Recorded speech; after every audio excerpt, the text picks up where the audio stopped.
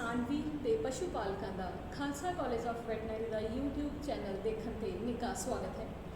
ਅੱਜ ਅਸੀਂ ਤੁਹਾਡੇ ਨਾਲ ਇੱਕ ਖਾਸ ਵਿਸ਼ੇ ਤੇ ਗੱਲਬਾਤ ਕਰਨ ਲਈ ਹਾਜ਼ਰ ਹੋਏ ਹਾਂ ਤੇ ਉਸ ਦੇ ਲਈ ਸਾਡੇ ਨਾਲ ਜੁੜੇ ਹਨ ਡਾਕਟਰ JK ਖਜੂਰੀਆ, ਜੋ ਕਿ ਖਾਲਸਾ ਕਾਲਜ ਆਫ ਵੈਟਰਨਰੀ ਦੇ ਵਿੱਚ ਡਿਪਾਰਟਮੈਂਟ ਆਫ ਵੈਟਰਨਰੀ ਪੈਰਾਸਾਈਟੋਲੋਜੀ ਦੇ ਮੁਖੀ ਦੇ ਬਤੌਰ ਸੇਵਾ ਨਿਭਾ ਰਹੇ ਹਨ। ਡਾਕਟਰ ਸਾਹਿਬ, ਤੁਹਾਡਾ ਇੱਥੇ ਪਹੁੰਚਣ ਤੇ ਅਸੀਂ ਨਿੱਘਾ ਸਵਾਗਤ ਕਰਦੇ ਹਾਂ ਜੀ। ਡਾਕਟਰ ਸਾਹਿਬ, ਸਾਡੇ ਕਿਸਾਨ ਭਰਾਵਾਂ ਨੂੰ ਸਭ ਤੋਂ ਪਹਿਲਾਂ ਤਾਂ ਤੁਸੀਂ ਇਸ ਗੱਲ ਦਾ ਚਾਨਣਾ ਪਾਓ ਕਿ ਇਹ ਪਰਜੀਵੀ ਰੋਗ ਕੀ ਹਨ, ਇਹ ਕੀੜੇ ਕੀ ਹਨ ਤੇ ਕਿੱਦਾਂ ਦੀਆਂ ਬਿਮਾਰੀਆਂ ਫੈਲਾਉਂਦੇ ਹਨ ਜੀ।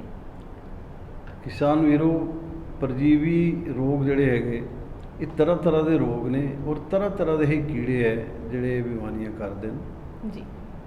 ਕੀੜਿਆਂ ਨੂੰ ਅਸੀਂ ਮੁੱਖ ਤੌਰ ਤੇ ਦੋ ਤਿੰਨ ਹਿੱਸਿਆਂ 'ਚ ਵੰਡਦੇ ਹਾਂ। ਇੱਕ ਜਿਹੜੇ ਕੀੜੇ ਤੁਹਾਡੇ ਗੋਲ ਕੀੜੇ ਜਿਨ੍ਹਾਂ ਨੂੰ ਕਹਿੰਦੇ ਰਾਉਂਡ ਵਰਮ ਕਹਿੰਦੇ ਹਾਂ ਅਸੀਂ, ਧਾਗੇ ਵਰਗੇ ਹੁੰਦੇ ਨੇ, ਜਾਂ ਫਿਰ ਰੱਸੀ ਵਰਗੇ ਮਲੱਪ ਜਿਹਨਾਂ ਨੂੰ ਕਹਿੰਦੇ ਆਹ ਕੀੜੇ ਜਿਹੜੇ ਹੈ ਤਕਰੀਬਨ ਤੁਹਾਡੇ ਪੇਟ ਦੇ ਵਿੱਚ, ਅੰਤੜੀਆਂ ਦੇ ਵਿੱਚ ਨੁਕਸਾਨ ਕਰਦੇ ਜੀ। ਫਿਰ ਇੱਕ ਤੁਹਾਡੇ ਪੱਤੇ ਵਰਗੇ ਕੀੜੇ ਹੁੰਦੇ ਨੇ ਜੀ ਜੀ। ਉਹ ਚੌੜੇ ਹੈ, ਪੱਤੇ ਲਈ ਵਰਗੀ ਉਹਨਾਂ ਦੀ ਸ਼ੇਪ ਹੈ, ਸ਼ਕਲ ਹੈਗੀ। ਉਹ ਕੀੜੇ ਤੁਹਾਨੂੰ ਮਿਲਣਗੇ ਜਿਗਰ ਦੇ ਵਿੱਚ ਜੀ, ਜਾਂ ਕਈ ਵਾਰ ਅੰਤੜੀਆਂ ਦੇ ਵਿੱਚ ਵੀ ਉਹ ਮਿਲ ਜਾਂਦੇ ਨੇ ਜੀ। ਤੇ ਇਹਦੇ ਨਾਲ ਹੀ ਕੁਝ ਕੀੜੇ ਐਸੇ ਹੈ ਜਿਹੜੇ ਤੁਹਾਡੇ ਚਮੜੀ ਦੇ ਵਿੱਚ ਹੁੰਦੇ ਨੇ ਜਾਨਵਰਾਂ ਦੀ ਜੀ। ਉਹਨਾਂ ਨੂੰ ਜਿੱਦਾਂ ਤੁਹਾਡੀਆਂ ਟਿਕਸ ਜਿਹਨਾਂ ਨੂੰ ਕਹਿੰਦੇ ਚੀਚੜ ਹੋ ਗਏ, ਮੱਖੀਆਂ ਤੁਹਾਡੀਆਂ, ਜੀ ਜੀ। ਫਿਰ ਉਹ ਪਿੱਸੂ, ਜੂਆਂ, ਜੀ ਜੀ। ਤਰ੍ਹਾਂ ਤਰ੍ਹਾਂ ਦੇ ਜਿਹੜੇ ਚਮੜੀ ਦੇ ਵਿੱਚ ਬਿਮਾਰੀਆਂ ਪੈਦਾ ਕਰਦੇ ਨੇ। ਜੀ। ਤਕਰੀਬਨ ਕੁਝ ਕੀੜੇ ਐਸੇ ਕਿ ਜਿਹੜੇ ਤਕਰੀਬਨ ਜਿਸਮ ਜਾਨਵਰ ਦੇ ਹਰ ਜਿਸਮ ਦੇ ਹਿੱਸੇ ਪਾਏ ਜਾਂਦੇ ਨੇ। ਫੇਫੜਿਆਂ ਦੇ ਵਿੱਚ ਪਾਏ ਜਾਂਦੇ ਨੇ। ਜੀ ਜੀ। ਲੰਗ ਵਰਮ ਜਿਹਨਾਂ ਨੂੰ ਅਸੀਂ ਕਹਿੰਦੇ ਹਾਂ। ਜੀ। ਦਿਲ ਦੇ ਵਿੱਚ ਵੀ ਹੁੰਦੇ, ਹਾਰਟ ਵਰਮ ਵੀ ਹੈਗੇ। ਜੀ। ਤੋ ਇਹ ਬੜੀ ਤਰ੍ਹਾਂ ਤਰ੍ਹਾਂ ਦੇ ਕੀੜੇ ਔਰ ਤਰ੍ਹਾਂ ਤਰ੍ਹਾਂ ਦੀਆਂ ਬਿਮਾਰੀਆਂ ਪੈਦਾ ਕਰਦੇ ਨੇ ਜਾਨਵਰਾਂ 'ਚ। ਜੀ। ਸੋ ਜਿਸ ਤਰ੍ਹਾਂ ਡਾਕਟਰ ਸਾਹਿਬ ਨੇ ਦੱਸਿਆ ਕਿ ਕੀੜਿਆਂ ਦੀ ਜਿਹੜੀ ਪ੍ਰਕਾਰ ਹੈ, ਵਿਭਿੰਨ ਪ੍ਰਕਾਰ ਦੇ ਕੀੜੇ ਜਿਹੜੇ ਉਹ ਜਾਨਵਰਾਂ ਦੇ ਅੰਦਰ ਪਾਏ ਜਾਂਦੇ ਆ, ਚਾਹੇ ਉਹ ਚਮੜੀ ਦੇ ਹੋਣ, ਚਾਹੇ ਉਹ ਜਿਗਰ ਦੇ ਹੋਣ, ਚਾਹੇ ਉਹ ਦਿਲ ਦੇ ਵਿੱਚ ਕਰਦੇ ਹੋਣ। ਤੇ ਇਹ ਬਿਮਾਰੀਆਂ ਜਿਹੜੀਆਂ ਇਹ ਫਿਰ ਤਾਂ ਇਹਦਾ ਮਤਲਬ ਡਾਕਟਰ ਸਾਹਿਬ ਵੀ ਇਹ ਬਹੁਤ ਹਾਨੀਕਾਰਕ ਸਾਬਤ ਹੋ ਸਕਦੀਆਂ ਇੱਕ ਕਿਸਾਨ ਭਰਾ ਦੇ ਵਾਸਤੇ। ਬਿਮਾਰੀਆਂ ਹੈਗੀਆਂ ਇਹ ਪਰਜੀਵੀ ਕਿਹੜੀਆਂ ਪ੍ਰਮੁੱਖ ਬਿਮਾਰੀਆਂ ਕਰਦੇ ਨੇ ਤੇ ਇਹਨਾਂ ਦਾ ਸਾਡੇ ਜਿਹੜੇ ਡੇਅਰੀ ਪਾਲਕ ਹੈ ਜੀ ਉਹਨਾਂ ਨੂੰ ਕੀ ਨੁਕਸਾਨ ਝੱਲਣਾ ਪੈ ਸਕਦਾ? ਕਿਸਾਨ ਵੀਰੋ, ਪੰਜਾਬ ਦੇ ਵਿੱਚ ਜਿਹੜਾ ਵੇਖਣ 'ਚ ਆਇਆ ਸਾਡੇ ਤੁਹਾਡੇ ਅੰਤੜੀਆਂ ਦੇ ਕੀੜੇ, ਪੇਟ ਦੇ ਕੀੜੇ ਬੜੇ ਕਾਮਨ ਹੈਗੇ, ਜਿਗਰ ਦੇ ਕੀੜੇ ਵੀ ਕਾਮਨ ਹੈਗੇ ਜੀ। ਔਰ ਇਹਦੇ ਨਾਲ ਜਿਹੜਾ ਕੀੜਿਆਂ ਦੇ ਨਾਲ ਜਿਹੜੀ ਬਿਮਾਰੀਆਂ ਨੇ ਉਹਦਾ ਸਭ ਤੋਂ ਵੱਡਾ ਨੁਕਸਾਨ ਇਹ ਹੈ ਕਿ ਇਹ ਬਿਮਾਰੀਆਂ ਜਾਨਵਰਾਂ ਦੇ ਵਿੱਚ ਬੜੇ ਲੰਬੇ ਅਰਸੇ ਤੱਕ ਚੱਲਦੀਆਂ ਜੀ ਜੀ ਜੀ ਜੀ। ਤੇ ਇਹ ਜਾਨਵਰ ਦੀ ਜਿਹੜੀ ਥੋੜੀ ਪ੍ਰੋਡਕਸ਼ਨ ਹੈ, ਚਾਹੇ ਉਹ ਦੁੱਧ ਦੀ ਪੈਦਾਵਾਰ ਹੈ, ਅੰਡੇ ਦੀ ਪੈਦਾਵਾਰ ਹੈ, ਮੀਟ ਦੀ ਪੈਦਾਵਾਰ ਹੈ, ਉਹ ਤਕਰੀਬਨ 20 ਤੋਂ 25% ਘਟ ਜਾਂਦੀ ਹੈ। ਜੀ ਜੀ। ਤੇ ਇਹਦੇ ਨਾਲ ਬੜਾ ਨੁਕਸਾਨ ਸਾਡੇ ਕਿਸਾਨ ਭਰਾਵਾਂ ਦਾ ਹੁੰਦਾ। ਔਰ ਇੱਕ ਗੱਲ ਹੋਰ ਧਿਆਨ ਦੇਣ ਵਾਲੀ ਹੈ ਕਿ ਇਹ ਬਿਮਾਰੀਆਂ ਆਮ ਹੈਗੀਆਂ ਜਾਨਵਰਾਂ 'ਚ। ਜੀ। ਅਗਰ ਤੁਸੀਂ ਗੋਬਰ ਟੈਸਟ ਕਰਾਓਗੇ ਜੀ ਤੇ ਪੰਜਾਬ ਦੀ ਜਿਹੜੀ ਰਿਪੋਰਟ ਹੈ ਇਹਦੇ ਵਿੱਚ 60 ਤੋਂ 70% ਜਾਨਵਰ ਜਿਹੜੇ ਹੈ ਉਹਨਾਂ ਨੂੰ ਇੱਕ ਕਿਸਮ ਦਾ ਦੂਜੀ ਕਿਸਮ ਦੇ ਕੀੜੇ ਦੀ ਬਿਮਾਰੀ ਹੈਗੀ। ਜੀ ਜੀ। ਤੇ ਇਸ ਲਈ ਇਹ ਕਿਸਾਨ ਭਰਾਵਾਂ ਨੂੰ ਇਹ ਜਾਣਨਾ ਜ਼ਰੂਰੀ ਹੈ ਕਿ ਇਹਨਾਂ ਦਾ ਰੋਕਥਾਮ ਕਿਸ ਤਰ੍ਹਾਂ ਕਰਨੀ ਹੈ ਤੇ ਇਹਨਾਂ ਦੀਆਂ ਕਿਸ ਤਰ੍ਹਾਂ ਦਾ ਨੁਕਸਾਨ ਪਹੁੰਚਾਉਂਦੇ। ਅਗਰ ਅਸੀਂ ਗੱਲ ਕਰਦੇ ਹਾਂ ਤੁਹਾਡੇ ਪੇਟ ਦੇ ਅੰਤੜੀਆਂ ਦੇ ਕੀੜੇ, ਇਹ ਕੀੜੇ ਕੀ ਕਰਦੇ ਨੇ ਕਿ ਅੰਤੜੀਆਂ ਦੇ ਵਿੱਚ ਜਿਹੜੀ ਪਲਦੇ ਬਣਾਉਂਦੇ ਨੇ ਤੇ ਉੱਥੇ ਉਹ ਅੰਤੜੀਆਂ ਦੇ ਅੰਦਰ ਛੋਟੇ ਛੋਟੇ ਸੁਰਾਖ ਕਰ ਦਿੰਦੇ ਨੇ। ਅੱਛਾ ਜੀ। ਜ਼ਖਮ ਕਰ ਦਿੰਦੇ ਨੇ ਜੀ। ਜਿਹਦੇ ਵਿੱਚੋਂ ਇਹ ਕਈ ਵਾਰ ਜਾਨਵਰ ਦਾ ਖੂਨ ਵੀ ਚੂਸਦੇ ਜੀ ਤੇ ਖੂਨ ਦੀ ਕਮੀ ਹੋ ਜਾਂਦੀ ਹੈ ਜਾਨਵਰਾਂ ਦੇ ਵਿੱਚ। ਅੱਛਾ ਜੀ। ਤੇ ਅੱਖਾਂ ਦਾ ਰੰਗ ਜਿਹੜਾ ਜੀ ਉਹ ਧਿਆਨ ਦੇਣ ਵਾਲੀ ਗੱਲ ਹੈ ਕਿ ਉਹ ਸਫੇਦ ਹੋ ਜਾਂਦਾ, ਅੱਛਾ ਜਿਹਨੂੰ ਅਸੀਂ ਅਨੀਮੀਆ ਕਹਿੰਦੇ ਹਾਂ। ਜੀ ਜੀ।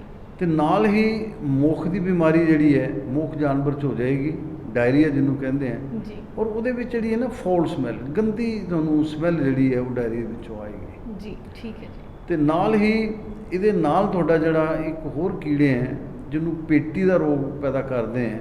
ਅੱਛਾ ਜੀ।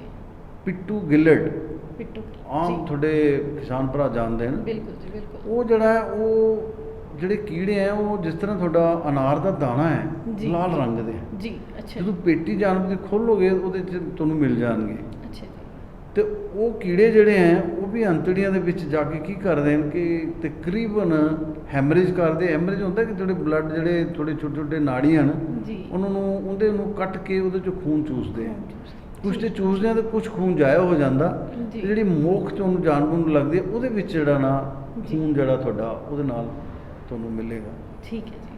ਤੇ ਉਹ ਵੀ ਕਾਫੀ ਨੁਕਸਾਨ ਕਰਦੇ ਨੇ। ਇਹਦੇ ਨਾਲ ਹੀ ਸਾਡੇ ਕਿਸਾਨ ਭਰਾਵਾਂ ਦੇ ਵਿੱਚ 25-30% ਜਾਨਵਰਾਂ ਦੀ ਜਿਹੜੀ ਹੈ ਨਾ ਉਹ ਜੀ। ਡੈਥ ਹੋ ਜਾਂਦੀ ਜੀ। ਜਾਨਵਰ ਜਿਹੜੇ ਮਰ ਜਾਂਦੇ ਨੇ। ਜੀ ਜੀ ਜੀ ਤੇ ਇੱਕ ਹੋਰ ਤੁਹਾਨੂੰ ਮੈਂ ਕਿਸਾਨ ਭਰਾਵਾਂ ਨੂੰ ਇੱਕ ਚੀਜ਼ ਦੱਸਣਾ ਚਾਹੁੰਦਾ ਜੀ ਕਿ ਆਮ ਤੌਰ ਤੇ ਸਾਡੇ ਇਹ ਲੱਗਦਾ ਕਿ ਜਿਹੜੇ ਬੱਚੇ ਪੈਦਾ ਹੁੰਦੇ ਆ, ਚਾਹੇ ਬਛੜੇ ਤੁਹਾਡੇ ਜੀ ਮੱਝ ਦਾ ਬਛੜਾ ਹੈ, ਗਾਂ ਦਾ ਬਛੜਾ ਹੈ, ਉਹਨਾਂ ਦੇ ਵਿੱਚ ਵੀ ਇਹ ਕੀੜਿਆਂ ਦੇ ਰੋਗ ਹੈਗੇ।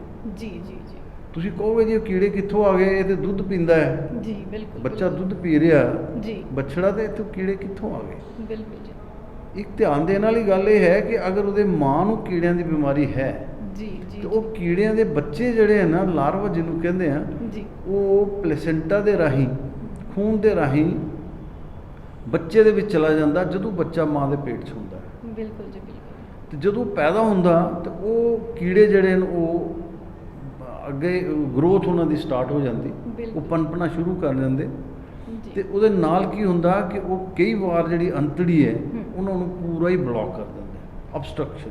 ਜੀ ਜੀ ਜੀ ਇਹਦੇ ਨਾਲ ਮੈਂ ਤੁਹਾਨੂੰ ਦੱਸਦਾ, ਇਹ ਮਲੱਪ ਦੀ ਬਿਮਾਰੀ ਕਹਿੰਦੇ ਇਹਨੂੰ। ਮਤਲਬ ਇਹਦੇ ਨਾਲ ਤੁਹਾਡੇ ਪੰਜਾਬ ਦੇ ਵਿੱਚ ਹੀ ਕੋਈ 10 ਤੋਂ 15% ਸਾਡੇ ਬੱਚੜੇ ਛੋਟੇ ਜਿਹੜੇ ਇਸ ਬਿਮਾਰੀ ਨਾਲ ਮਰ ਜਾਂਦੇ। ਬਿਲਕੁਲ ਜੀ ਬਿਲਕੁਲ। ਤਾਂ ਉਹਨਾਂ ਨੂੰ ਵੀ ਦਵਾਈ ਪਿਲਾਉਣਾ ਬੜੀ ਜ਼ਰੂਰੀ ਹੈ। ਜੀ ਫਿਰ ਅਸੀਂ ਅਗਰ ਗੱਲ ਕਰਦੇ ਹਾਂ ਜੀ, ਤੇ ਜੀ। ਉਹ ਮੁੱਖ ਤੌਰ ਤੇ ਸਾਡੇ ਚੀਚੜ ਜਿਹੜੇ ਹੈ, ਬਿਲਕੁਲ ਜੀ ਤੇ ਚੀਚੜਾਂ ਦੀ ਇੱਕ ਨਸਲ ਹੈ ਬੜੀ ਛੋਟੀ ਹੈ, ਉਹ ਅੱਖ ਨਾਲ ਨਹੀਂ ਵੇਖੀ ਜਾਂਦੀ, ਅੱਛਾ ਉਹ ਜੀ। ਤੁਹਾਡੇ ਮਾਈਕਰੋਸਕੋਪ ਨਾਲ ਹੀ ਦੇਖੀ ਜਾਂਦੀ ਹੈ। ਠੀਕ ਹੈ ਡਾਕਟਰ ਉਹਨੂੰ ਸਾਹਿਬ। ਮਾਈਟਸ ਕਹਿੰਦੇ ਆ। ਬਿਲਕੁਲ ਜੀ। ਉਹਦੇ ਨਾਲ ਬਿਮਾਰੀ ਹੈ, ਖਾਰਿਸ਼ ਬੜੀ ਹੁੰਦੀ ਜਾਨਵਰ ਨੂੰ।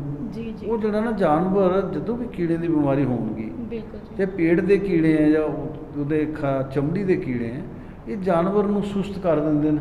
ਜੀ ਜੀ ਜਾਨਵਰ ਚਾਰਾ ਨਹੀਂ ਢੰਗ ਨਾਲ ਖਾਂਦਾ। ਅੱਛਾ ਜੀ ਤੁਸੀਂ ਸੇਵਾ ਉਨੀ ਕਰੋਗੇ ਬਿਲਕੁਲ ਜੀ ਤੇ ਲੇਕਿਨ ਉਹਦੀ ਪ੍ਰੋਡਕਸ਼ਨ ਤੁਹਾਨੂੰ ਜਿਸ ਤਰ੍ਹਾਂ ਮੈਂ ਦੱਸਿਆ ਉਹ ਘਟ ਜਾਂਦੀ ਹੈ। ਜੀ ਜੀ ਜੀ ਤੇ ਆਮ ਤੌਰ ਤੇ ਇਹਦੇ ਵਿੱਚ ਜਿਹੜੇ ਨਾਰਮਲ ਕੀੜੇ ਜਿਹੜੇ ਖੂਨ ਚੂਸਣ ਵਾਲੇ ਹੈ, ਉਹ ਜੀ। ਤੁਸੀਂ ਇਹ ਧਿਆਨ ਰੱਖਣਾ ਕਿ ਇੱਕ ਤਾਂ ਅਨੀਮੀਆ ਜਿਹੜਾ ਮੈਂ ਤੁਹਾਨੂੰ ਦੱਸਿਆ ਹੋ ਜਾਂਦਾ, ਅੱਖਾਂ ਦਾ ਰੰਗ ਸਫੇਦ ਹੋ ਜਾਊਗਾ। ਜੀ ਦੂਜਾ ਤੁਹਾਡੇ ਗਲੇ ਦੇ ਥੱਲੇ ਨਾ ਉੱਛਲ ਪੈ ਜਾਂਦਾ, ਅੱਛਾ। ਪਾਣੀ ਇਕੱਠਾ ਹੋ ਜਾਂਦਾ। ਜੀ ਬਿਲਕੁਲ ਜੀ ਆਹ ਦੋ ਅਲਾਮਤਾਂ ਹੁੰਦੀਆਂ ਤੇ ਨਾਲ ਹੀ ਜਿਹੜਾ ਤੁਹਾਡਾ ਗੋਬਰ ਹੈ ਜੀ। ਉਹਦੇ ਵਿੱਚੋਂ ਫਾਉਲ ਸਮੈਲ, ਜੀ। ਜਿਹੜੀ ਮੈਂ ਤੁਹਾਨੂੰ ਦੱਸੀ ਹੈ ਕਿ ਉਹਦੇ 'ਚ ਗੰਦੀ ਸਮੈਲ ਜਿਹੜੀ ਆਉਂਦੀ। ਜੀ। ਆਹ ਤਿੰਨ ਬਿਮਾਰੀਆਂ ਹੋਣ, ਤਿੰਨ ਅਲਾਮਤਾਂ ਹੋਣ ਤੇ ਸਾਡੇ ਕਿਸਾਨ ਭਰਾਵਾਂ ਨੂੰ ਸਮਝ ਲੈਣਾ ਚਾਹੀਦਾ ਕਿ ਜਾਨਵਰਾਂ ਦੇ ਵਿੱਚ ਕੀੜਿਆਂ ਦੀ ਬਿਮਾਰੀ ਹੈ। ਜੀ ਸੋ ਡਾਕਟਰ ਸਾਹਿਬ ਦੇ ਦੱਸਣ ਦੇ ਮੁਤਾਬਿਕ ਚਮੜੀ ਦੇ ਰੋਗ ਹੋਣ, ਭਾਵੇਂ ਉਹ ਜਿਗਰ ਦਾ ਰੋਗ ਹੋਵੇ, ਭਾਵੇਂ ਉਹ ਪੇਟ ਦਾ ਰੋਗ ਹੋਵੇ, ਇਹ ਜਿਹੜੇ ਪਰਜੀਵੀ ਹੈ ਜੀ ਇਹ ਹਰ ਜਗ੍ਹਾ ਪਾਏ ਜਾਂਦੇ ਆ ਤੇ ਬਹੁਤ ਹੀ ਹਾਨੀਕਾਰਕ ਬਿਮਾਰੀਆਂ ਇਹ ਡੇਰੀ ਜਿਹੜੀ ਹੈਗੀ ਆ, ਸਾਡੇ ਐਨੀਮਲਸ ਹੈਗੇ ਆ, ਉਹਨਾਂ ਦੇ ਅੰਦਰ ਇਹ ਕਰਦੇ ਆ। ਤੇ ਡਾਕਟਰ ਸਾਹਿਬ ਦੇ ਦੱਸਣ ਦੇ ਮੁਤਾਬਿਕ ਕਿ ਖਾਸ ਲੱਛਣ ਜਿਹੜੇ ਤੁਸੀਂ ਲੱਭ ਸਕਦੇ ਹੋ, ਜਿਹੜਾ ਕਿਸਾਨ ਭਰਾ ਆ ਉਹ ਚੈੱਕ ਕਰੇ ਕਿ ਉਹਨਾਂ ਦੇ ਜਾਨਵਰ ਦੀਆਂ ਜਿਹੜੀਆਂ ਅੱਖਾਂ ਉਹ ਕਿਤੇ ਚਿੱਟੀਆਂ ਤੇ ਨਹੀਂ ਹੋ ਗਈਆਂ, ਜਿਸ ਨੂੰ ਕਿ ਅਸੀਂ ਮਿਊਕਸ ਮੈਂਬਰੇਨ ਜਿਹੜੀ ਕਿ ਅਸੀਂ ਥੱਲਿਓਂ ਕਹਿ ਦਿੰਦੇ ਕਿ ਚਿੱਟਾਪਨ ਤਾਂ ਨਹੀਂ ਹੋ ਗਿਆ, ਜਾਂ ਫਿਰ ਤੁਹਾਡਾ ਜਾਨਵਰ ਕਿਤੇ ਭੁੱਖਾ ਤਾਂ ਨਹੀਂ ਰਹਿ ਰਿਹਾ, ਜਾਂ ਉਹ ਕੁਝ ਖਾ ਨਹੀਂ ਰਿਹਾ, ਜੇ ਖਾ ਰਿਹਾ ਹੈ ਤਾਂ ਉਹਨੂੰ ਪਚ ਰਿਹਾ ਕਿ ਨਹੀਂ ਪਚ ਰਿਹਾ, ਡਾਇਰੀਆ ਤਾਂ ਨਹੀਂ ਹੋ ਰਿਹਾ, ਮਤਲਬ ਕਿ ਮੋਕ ਤਾਂ ਨਹੀਂ ਲੱਗ ਰਹੀ। ਤੇ ਜੇਕਰ ਇਹ ਲੱਛਣ ਤੁਹਾਨੂੰ ਦਿਸ ਰਹੇ ਆ ਤਾਂ ਪਲੀਜ਼ ਤੁਸੀਂ ਆਪਣੇ ਜਾਨਵਰ ਦਾ ਖਾਸ ਤੌਰ ਤੇ ਧਿਆਨ ਰੱਖੋ। ਜਿਹੜਾ ਤੁਹਾਡੇ ਲਾਗੇ ਵੈਟਰਨਰੀ ਡਾਕਟਰ ਹੈ ਉਹਨੂੰ ਵੀ ਇਹ ਸੰਪਰਕ ਕਰ ਸਕਦੇ ਆ। ਡਾਕਟਰ ਸਾਹਿਬ ਇਹ ਤਾਂ ਚਲੋ ਤੁਸੀਂ ਦੱਸਿਆ ਕਿ ਸਾਡੇ ਜਿਹੜੇ ਕਿਸਾਨ ਭਰਾ ਹੈਗੇ ਆ ਉਹ ਵੇਖ ਲੈਣਗੇ ਵੀ ਉਹਨਾਂ ਦਾ ਕਟੜੂ ਬਛੜੂ ਕਿਤੇ ਉਹ ਬਿਮਾਰ ਤਾਂ ਨਹੀਂ ਪੈ ਰਿਹਾ, ਕਿਤੇ ਉਹ ਮੋਕ ਤੇ ਨਹੀਂ ਮਾਰ ਰਿਹਾ, ਪਰ ਕੀ ਇਹਨਾਂ ਵਾਸਤੇ ਕੋਈ ਖਾਸ ਡਾਇਗਨੋਸਿਸ ਜਾਂ ਖਾਸ ਇਹਨਾਂ ਦੇ ਲਈ ਇਹਨਾਂ ਦੀ ਪਛਾਣ ਕਰਨ ਵਾਸਤੇ ਆਪਣੇ ਕੋਲ ਲੈਬੋਰੇਟਰੀ ਦੇ ਵਿੱਚ ਵੀ ਕੋਈ ਫੈਸਿਲਿਟੀਆਂ ਅਵੇਲੇਬਲ ਹੈਗੀਆਂ ਜੀ? ਕਿਸਾਨ ਵੀਰੋ, ਆ ਜਿਹੜੀ ਤੁਸੀਂ ਡਾਇਗਨੋਸਿਸ ਦੀ ਇਹਨਾਂ ਨੇ ਕਿਹਾ ਕਿ ਇਹਦਾ ਕਿਸ ਤਰ੍ਹਾਂ ਪਤਾ ਚੱਲੇਗਾ ਕਿ ਕੀੜਿਆਂ ਦੀ ਜੀ। ਬਿਮਾਰੀ ਹੈ, ਜੀ ਇੱਕ ਬੜੀ ਇੰਪੋਰਟੈਂਟ ਚੀਜ਼ ਹੈ ਸਾਡੇ ਜੀ। ਕਿਸਾਨ ਵੀਰਾਂ ਲਈ। ਜੀ ਪਹਿਲੀ ਗੱਲ ਤਾਂ ਜਿਹੜੀ ਤੁਹਾਨੂੰ ਮੈਂ ਦੱਸੀ ਕਿ ਜਿਹੜੇ ਇਹਦੇ ਲੱਛਣ ਹੈਗੇ, ਬਿਲਕੁਲ ਜੀ ਅਲਾਮਤਾਂ ਜਿਹਨਾਂ ਨੂੰ ਅਸੀਂ ਕਹਿੰਦੇ ਆ, ਜੀ ਉਹ ਤੁਸੀਂ ਆਪ ਦੇਖ ਸਕਦੇ ਹੋ। ਉਮਰਾਂ ਤੋਂ ਤੁਸੀਂ ਪਸ਼ੂ ਪਾਲਦੇ ਹੋ, ਤੁਹਾਨੂੰ ਪਤਾ ਚੱਲ ਜਾਂਦਾ ਹੈ ਕਿ ਜੀ ਇਹ ਜਾਨਵਰ ਚਾਰਾ ਘੱਟ ਖਾ ਰਿਹਾ, ਜੀ ਤੇ ਨਾਲ ਉਹਦੇ ਜਿਸ ਤਰ੍ਹਾਂ ਕਿ ਹੋਰ ਅਲਾਮਤਾਂ ਦੱਸੀਆਂ ਕਿ ਉਹਦੇ ਗੋਬਰ ਦੇ ਵਿੱਚ ਗੰਦੀ ਸਮੈਲ ਆਏਗੀ, ਪਾਣੀ ਉੱਛਲ ਪੈ ਜਾਏਗਾ, ਅਨੀਮੀਆ ਹੋ ਜਾਏਗਾ, ਜੀ। ਤੇ ਨਾਲ ਵੱਡੀ ਗੱਲ ਹੈ ਕਿ ਤੁਹਾਡੀ ਪ੍ਰੋਡਕਸ਼ਨ ਘਟ ਜਾਏਗੀ, ਦੁੱਧ ਹੈ ਜਾਂ ਅੰਡਿਆਂ ਦੀ ਪੈਦਾਵਾਰ ਘਟ ਜਾਂਦੀ ਹੈ, ਜੀ ਤੇ ਜਾਨਵਰ ਜਿਹੜਾ ਉਹ ਕਮਜ਼ੋਰ ਹੋ ਜਾਂਦਾ। ਬਿਲਕੁਲ ਬਿਲਕੁਲ ਐਨੋਰੈਕਸੀਆ, ਭੁੱਖ ਨਹੀਂ ਲੱਗਦੀ ਜਾਨਵਰ ਨਹੀਂ ਨੂੰ। ਲੱਗਦੀ ਜੀ ਜੀ ਇਸ ਤਰ੍ਹਾਂ ਦੀਆਂ ਅਲਾਮਤਾਂ ਹੋਣ ਤਾਂ ਤੁਸੀਂ ਨਜ਼ਦੀਕੀ ਸਾਡਾ ਜਿਹੜਾ ਵੈਟਰਨਰੀ ਹਸਪੀਟਲ ਹੈ ਜੀ ਜਿਹੜੇ ਡਾਕਟਰ ਸਾਹਿਬਾਨ ਨਾਲ ਰਾਬਤਾ ਕਾਇਮ ਕਰੋ ਜੀ ਜੀ ਤੇ ਜਿਹੜਾ ਉਹਦਾ ਗੋਬਰ ਹੈ ਜਾਨਵਰ ਦਾ ਜੀ। ਉਹਦੀ ਜਾਂਚ ਕਰਾਉਣਾ ਜ਼ਰੂਰੀ ਹੈ, ਬਿਲਕੁਲ ਜੀ ਉਹਨੂੰ ਟੈਸਟ ਕਰਾਉਣਾ ਜ਼ਰੂਰੀ ਹੈ। ਕਿਸਾਨ ਵੀਰੋ,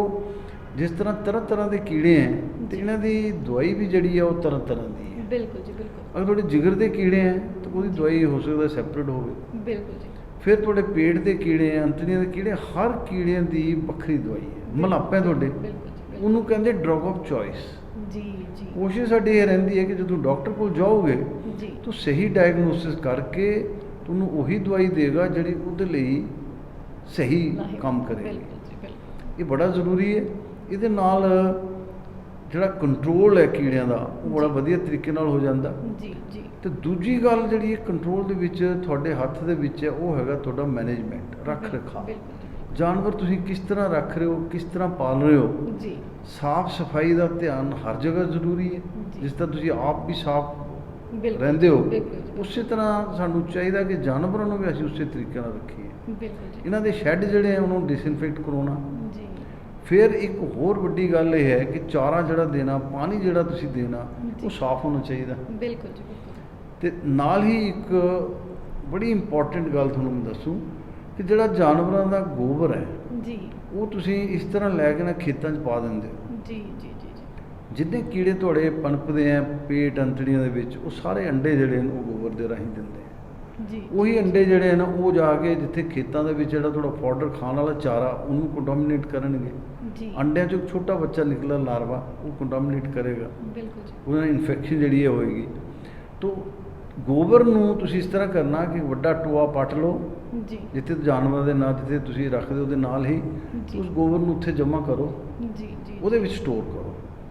ਤੇ ਬਿਲਕੁਲ। ਜਦੋਂ ਭਰ ਜਾਂਦਾ ਉਹਨੂੰ ਮਿੱਟੀ ਨਾਲ ਉੱਤੋਂ ਬੰਦ ਕਰ ਦਿਓ ਜੀ ਤੇ 2-3 ਮਹੀਨੇ ਦੇ ਬਾਅਦ ਉਹ ਵਧੀਆ ਖਾਦ ਬਣੇਗੀ ਤੇ ਨਾਲ ਸਾਰੇ ਕੀੜੇ ਜਿਹੜੇ ਅੰਡੇ ਮਰ ਜਾਣਗੇ, ਬਿਮਾਰੀ ਬਹੁਤ ਘਟ ਜਾਏਗੀ। ਬੜਾ ਵੱਡਾ ਪੁਆਇੰਟ ਹੈਗਾ।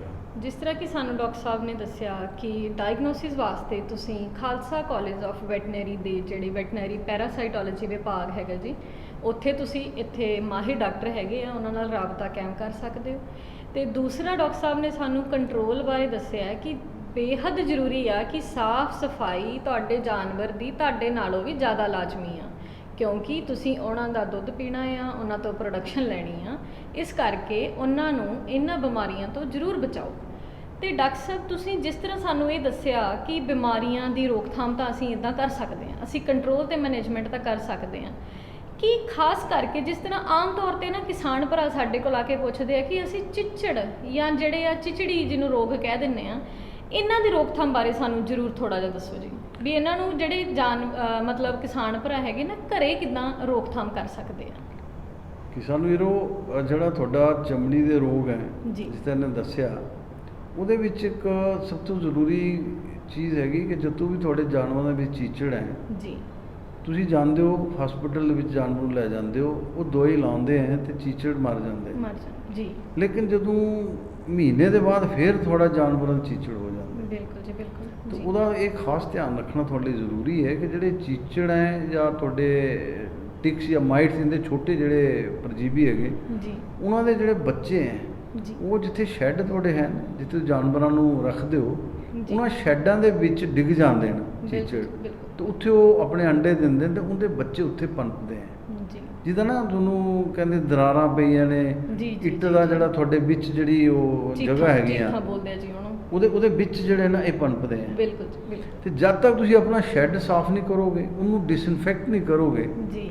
ਤਦ ਤੱਕ ਇਹ ਬਿਮਾਰੀ ਜਾ ਹੀ ਨਹੀਂ ਸਕਦੀ। ਬਿਲਕੁਲ ਜੀ ਤੇ ਬਿਲਕੁਲ ਜਦੋਂ ਜਾਨਵਰ ਨੂੰ ਤੁਸੀਂ ਉਹਦੇ ਤੇ ਦਵਾਈ ਲਾਉਂਦੇ ਆ, ਜੀ ਤੇ ਉਹਦੇ ਨਾਲ ਹੀ ਤੁਹਾਨੂੰ ਚਾਹੀਦਾ ਕਿ ਸ਼ੈੱਡ ਲਈ ਵੀ ਦਵਾਈ ਜਿਹੜੀ ਹੈ ਉਹ ਇਸਤੇਮਾਲ ਕਰੋ, ਜੀ ਉਹਨੂੰ ਵੀ ਤੁਸੀਂ ਇਹਦੇ ਕੀੜਿਆਂ ਤੋਂ ਮੁਕਤ ਰੱਖੋ। ਜੀ ਤੇ ਇਹਦੇ ਨਾਲ ਇਹ ਬਿਮਾਰੀ ਦੀ ਜਿਹੜੀ ਹੈ ਉਹ ਰੋਕਥਾਮ ਜਿਹੜੀ ਹੈ ਹੋ ਸਕਦੀ ਹੈ। ਜੀ। ਤੇ ਡਾਕਟਰ ਸਾਹਿਬ, ਕਿ ਇਹ ਤਾਂ ਚਲੋ ਅਸੀਂ ਕਹਿੰਦੇ ਆ ਵੀ ਵੱਡੇ ਪਸ਼ੂਆਂ ਦੇ ਵਿੱਚ, ਜਿਹਨੂੰ ਕਿ ਅਸੀਂ ਲਾਰਜ ਐਨੀਮਲ ਕੰਸੀਡਰ ਕਰ ਦਿੰਦੇ ਆ, ਉਹਨਾਂ ਦੇ ਵਿੱਚ ਅਸੀਂ ਸਮਝ ਲਿਆ ਵੀ ਇਹ ਚਿੱਚੜ ਹੋ ਸਕਦੇ ਆ। ਕੀ ਇਹ ਛੋਟੇ ਜਿਹੜੇ ਬੱਚੇ ਜਾਨਵਰ ਹੈਗੇ ਆ, ਜਿੱਦਾਂ ਕਿ ਡੌਗਸ ਹੋ ਗਏ ਜਾਂ ਕੈਟਸ ਹੋ ਗਈਆਂ, ਉਹਨਾਂ ਦੇ ਵਿੱਚ ਵੀ ਇਹ ਚਿੱਚੜ ਰੋਗ ਜਾਂ ਇਹ ਪਰਜੀਵੀ ਰੋਗ ਪਾਏ ਜਾ ਸਕਦੇ ਆ ਜੀ? ਬਿਲਕੁਲ ਹੈਗੇ ਜੀ, ਲੇਕਿਨ ਉਹਨਾਂ ਦੇ ਵਿੱਚ ਜ਼ਿਆਦਾ ਤੌਰ ਤੇ ਚਿੱਚੜ ਵੀ ਹੈਗੇ, ਜੀ ਬਟ ਉਹਨਾਂ ਦੇ ਵਿੱਚ ਇਹਨਾਂ ਦੀ ਇੱਕ ਜਿਹੜੀ ਨਸਲ ਹੈਗੀ ਚੀਚੜਾਂ ਦੀ ਅੱਛਾ ਛੋਟੀ ਜੀ। ਜਿਹੜੀ ਹੈ, ਜਿਹਨੂੰ ਅਸੀਂ ਮਾਈਕਰੋਸਕੋਪ ਦੇਖਦੇ ਹਾਂ, ਉਹਨੂੰ ਕਹਿੰਦੇ Mites, ਮਾਈਟਸ। ਜੀ। ਮਾਈਟਸ ਦੀ ਬੜੀ ਪ੍ਰੋਬਲਮ ਹੈ ਜੀ ਜੀ ਡੌਗ ਦੇ ਵਿੱਚ, ਖਾਸ ਕਰਕੇ ਤੁਸੀਂ ਦੇਖਿਆ ਹੋਣਾ ਜੀ। ਕਿ ਸਰਦੀਆਂ ਦੇ ਵਿੱਚ ਨਾ ਉਹ ਚਮੜੀ ਦਾ ਰੰਗ ਲਾਲ ਹੋਇਆ, ਮੋਟੀ ਹੋ ਗਈ, ਜੀ, ਬਾਲ ਜੀ। ਝੜ ਜਾਂਦੇ ਬਾਲ ਆ, ਝੜ ਉਹ ਜਾਂਦੇ। ਖਾਰਿਸ਼ ਕਰਦੇ ਰਹਿੰਦੇ ਆ। ਅੱਛਾ ਜੀ। ਇਹ ਬਿਮਾਰੀਆਂ ਜਿਹੜੀਆਂ ਸਾਰੇ ਜਾਨਵਰਾਂ 'ਚ ਪਾਈਆਂ ਜਾਂਦੀਆਂ, ਠੀਕ ਹੈ ਇੱਕ ਜੀ। ਜਾਨਵਰ ਦੇ ਵਿੱਚ ਨਹੀਂ ਹੈ। ਅੱਛਾ ਜੀ। ਤੇ ਨਾਲ ਇੱਕ ਹੋਰ ਚੀਜ਼ ਜਿਹੜੀ ਤੁਸੀਂ ਕਿਸਾਨ ਵੀਰੋ ਧਿਆਨ ਦੇਣ ਵਾਲੀ ਗੱਲ ਹੈ ਜੀ ਕਿ ਕੀੜਿਆਂ ਦੀਆਂ ਬਿਮਾਰੀਆਂ ਜਿਹੜੀਆਂ ਨੇ ਸਾਰਾ ਸਾਲ ਦੇ ਵਿੱਚ ਇੱਕੋ ਜਿਹੀ ਨਹੀਂ ਰਹਿੰਦੀਆਂ, ਬਿਲਕੁਲ ਜੀ। ਇਹਨਾਂ ਦੇ ਸੀਜ਼ਨ ਹੈਗੇ। ਜੀ ਜੀ ਇਹ ਕਿਹੜੇ ਸੀਜ਼ਨ 'ਚ ਸਭ ਤੋਂ ਜ਼ਿਆਦਾ ਹੋਣੀਆਂ ਨੇ, ਇਹ ਤੁਹਾਡੇ ਲਈ ਜਾਣਨਾ ਜ਼ਰੂਰੀ ਹੈ। ਬਿਲਕੁਲ ਜੀ ਬਿਲਕੁਲ। ਤੁਸੀਂ ਜਦੋਂ ਤੁਹਾਡਾ ਮੌਸਮ ਬਹਾਰ ਆਂਦਾ, ਜੀ। ਤੇ ਇਹਨੂੰ ਅਸੀਂ ਕਹਿੰਦੇ ਆ ਮਾਰਚ ਅਪ੍ਰੈਲ, ਜੀ ਜੀ ਜੀ ਉਸ ਵੇਲੇ ਨਮੀ ਵੀ ਹੁੰਦੀ ਹੈ, ਜੀ। ਆਕਸੀਜਨ ਚਾਹੀਦੀ ਇਹਨਾਂ ਨੂੰ, ਨਮੀ ਚਾਹੀਦੀ, ਜੀ ਤੇ ਉਸ ਸੀਜ਼ਨ ਦੇ ਵਿੱਚ ਜੀ ਜੀ ਇਹ ਜ਼ਿਆਦਾ ਪਨਪਦੇ ਹਨ ਔਰ ਅੰਡਿਆਂ ਦੇ ਵਿੱਚੋਂ ਬੱਚੇ ਜ਼ਿਆਦਾ ਨਿਕਲਦੇ ਹਨ। ਜੀ ਜੀ ਔਰ ਤੁਸੀਂ ਜੀ। ਦੇਖਿਆ ਕਿ ਉਸ ਵੇਲੇ ਇਸ ਬਿਮਾਰੀ ਦਾ ਖਤਰਾ ਬਹੁਤ ਜ਼ਿਆਦਾ ਹੈ। ਬਿਲਕੁਲ ਸਾਡੇ ਕੀੜਿਆਂ ਦੇ ਨਾਲ ਜਿੰਨੀ ਵੀ ਮੋਰਟੈਲਿਟੀ ਡੈਥਸ ਹੁੰਦੀਆਂ ਹਨ, ਸਭ ਤੋਂ ਜ਼ਿਆਦਾ ਡੈਥਸ ਜਿਹੜੀਆਂ ਨਾ, ਜਿਹੜੀ ਮੌਤ ਜਾਨਵਰਾਂ ਦੀ ਹੁੰਦੀ ਹੈ, ਉਹ ਇਸੇ ਸੀਜ਼ਨ 'ਚ ਹੁੰਦੀਆਂ। ਬਿਲਕੁਲ ਜੀ ਬਿਲਕੁਲ। ਮਾਰਚ ਅਪ੍ਰੈਲ ਹੋ ਗਿਆ, ਜੀ ਤੇ ਜਾਂ ਫਿਰ ਪਤਝੜ ਦਾ ਮੌਸਮ ਹੈਗਾ, ਉਹਨਾਂ ਜੀ। ਦਿਨਾਂ ਦੇ ਵਿੱਚ ਵੀ ਮੌਸਮ ਸਾਫ਼ ਹੁੰਦਾ, ਬਿਲਕੁਲ ਜੀ ਬਿਲਕੁਲ। ਉਸ ਵੇਲੇ ਵੀ ਤੁਸੀਂ ਜਿਹੜੀ ਹੈ ਨਾ, ਇਹ ਜਿਹੜੇ ਨਾ ਕੀੜਿਆਂ ਦੀ ਬਿਮਾਰੀਆਂ ਜ਼ਿਆਦਾ ਲੱਗਦੀਆਂ। ਠੀਕ ਡਾਕਟਰ ਸਾਹਿਬ। ਔਰ ਇੱਕ ਹੋਰ ਧਿਆਨ ਰੱਖਣਾ ਕਿ ਜਿਹੜੇ ਤੁਹਾਡੇ ਪੇਟ ਅੰਤੜੀਆਂ ਦੇ ਕੀੜੇ ਹੈ, ਜੀ। ਇਹਨਾਂ ਲਈ ਦਵਾਈ ਪਿਲਾਣੀ ਜਿਹੜੀ ਹੈ, ਉਹ ਤੁਸੀਂ ਜਿਹੜੇ ਮੌਸਮ ਬਹਾਰ ਜਦੋਂ ਆਉਂਦਾ ਮਾਰਚ ਅਪ੍ਰੈਲ 'ਚ ਪਿਲਾਓਗੇ, ਜੀ ਤੇ ਜਦੋਂ ਤੁਹਾਡਾ ਪਤਝੜ ਦਾ ਸੀਜ਼ਨ ਹੈ, ਉਹਦੇ ਵਿੱਚ ਤੁਸੀਂ ਪੇਟ ਅੰਤੜੀਆਂ ਦੇ ਕੀੜਿਆਂ ਨੂੰ ਪਿਲਾਉਣੀ ਹੈ, ਤੇ ਨਾਲ ਜਿਗਰ ਦੇ ਕੀੜਿਆਂ ਦੀ ਪਿਲਾਉਣੀ ਹੈ। ਜੀ ਉੱਥੇ ਦੋ ਪਿਲਾਉਣੀ ਹੈ। ਅੱਛਾ ਜੀ। ਹਾਂਜੀ। ਠੀਕ ਹੈ ਡਾਕਟਰ ਸਾਹਿਬ। ਠੀਕ ਹੈ ਜੀ। ਸੋ ਡਾਕਟਰ ਸਾਹਿਬ ਨੇ ਸਾਨੂੰ ਬਹੁਤ ਹੀ ਲਾਹੇਵੰਦ ਜਿਹੜਾ ਸਾਡੇ ਨਾਲ ਅੱਜ ਡਿਸਕਸ਼ਨ ਕੀਤੀ ਹੈ, ਤੇ ਮੈਂ ਉਮੀਦ ਕਰਦੀ ਹਾਂ ਕਿ ਸਾਡੇ ਕਿਸਾਨ ਭਰਾਵਾਂ ਨੂੰ ਇਸ ਡਿਸਕਸ਼ਨ ਤੋਂ ਬਹੁਤ ਫਾਇਦਾ ਹੋਏਗਾ। ਤੇ ਕਿਸਾਨ ਭਰਾਵੋ, ਜੋ ਵੀ ਡਾਕਟਰ ਸਾਹਿਬ ਨੇ ਦੱਸਿਆ, ਇਹ ਬਹੁਤ ਹੀ ਮਹੱਤਵਪੂਰਨ ਗੱਲਾਂ ਨੇ, ਜਿਵੇਂ ਕਿ ਨਮੀ ਦੇ ਵਿੱਚ ਨਾ ਰੱਖੋ, ਸਾਫ਼ ਸਫਾਈ ਰੱਖੋ, ਖਾਸ ਕਰਕੇ ਜਿਹੜੇ ਕਟੜੂ ਵਛੜੂ ਹੈ ਜੀ, ਉਹਨਾਂ ਦਾ ਖਾਸ ਤੌਰ ਤੇ ਧਿਆਨ ਰੱਖੋ, ਕਿਉਂਕਿ ਹੋ ਸਕਦਾ ਕਿ ਉਹਨਾਂ ਦੀ ਮੌਤ ਪਿੱਛੇ ਵੀ ਇਹ ਕੀੜੇ ਜਿਹੜੇ ਹੈਗੇ ਆ ਉਹ ਕਾਰਨ ਬਣ ਸਕਦੇ ਹੋਣ।